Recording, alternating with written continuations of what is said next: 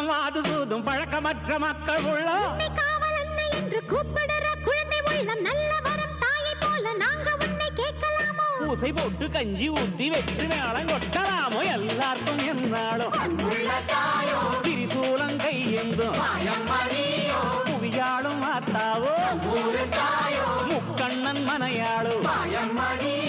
ஏழகிட்ட மென்மேலும்